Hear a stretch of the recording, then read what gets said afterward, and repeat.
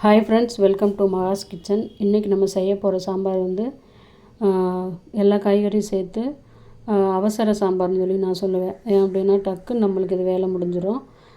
குக்கரில் வந்து ஒரு சின்ன டம்ளரில் ஒரு டம்ளர் இல்லைன்னா கிண்ணம் அப்படின்னா ஒரு கப் அளவுக்கு பருப்பு எடுத்துக்கோங்க. நான் போட்டிருக்கிறது ரேஷன் பருப்பு தான் போட்டிருக்கேன். ஏன்னா அது நல்லா சீக்கிரமாகவே வெந்துடுது வேறு.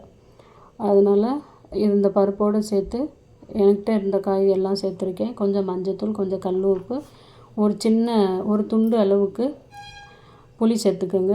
அதுக்கப்புறம் வந்து சாம்பார் பொடி வந்து 2 ஸ்பூன் சேர்த்துட்டு மூடி போட்டு ஒரு சிம்மில் வச்சு ஒரு விசில் மட்டும் விட்டிங்கனாலே எல்லாமே வெந்துடும், நல்லா வெந்துடும்.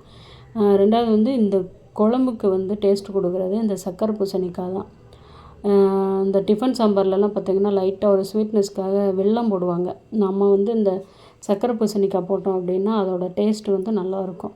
இதோட ஹைலைட்டே இந்த சக்கரை பூசணிக்காய் தான் இந்த குழம்புல. அதுக்கப்புறம் லாஸ்ட்டாக நம்ம தாளித்து கொட்ட வேண்டியது தான். கடுகு, ஜீரகம், வெந்தயம், வெங்காயம், கருவேப்பிலை, அது கூட ஒரு அரை டீஸ்பூன் மட்டும் போடுங்க. தனி மிளகாத்தூள் இது சேர்த்து தாளித்து அதில் கொட்டிட்டிங்க அப்படின்னா இந்த சாம்பார் வந்து ரெடி ஆயிரும். இது வந்து இட்லி, தோசைக்கு நல்லாயிருக்கும். டிஃபன் சாம்பார் வந்து எப்போதுமே ஒரு லைட் ஸ்வீட்னஸோடு இருக்கும். அதுக்காக தான் இந்த சக்கரை பூசணிக்காய் சேர்த்தது. சாம்பார் வந்து அருமையாக இருந்தது. இது இட்லிக்கு சரியான காம்பினேஷன். தேங்க்யூ ஃபார் வாட்சிங். பாய்.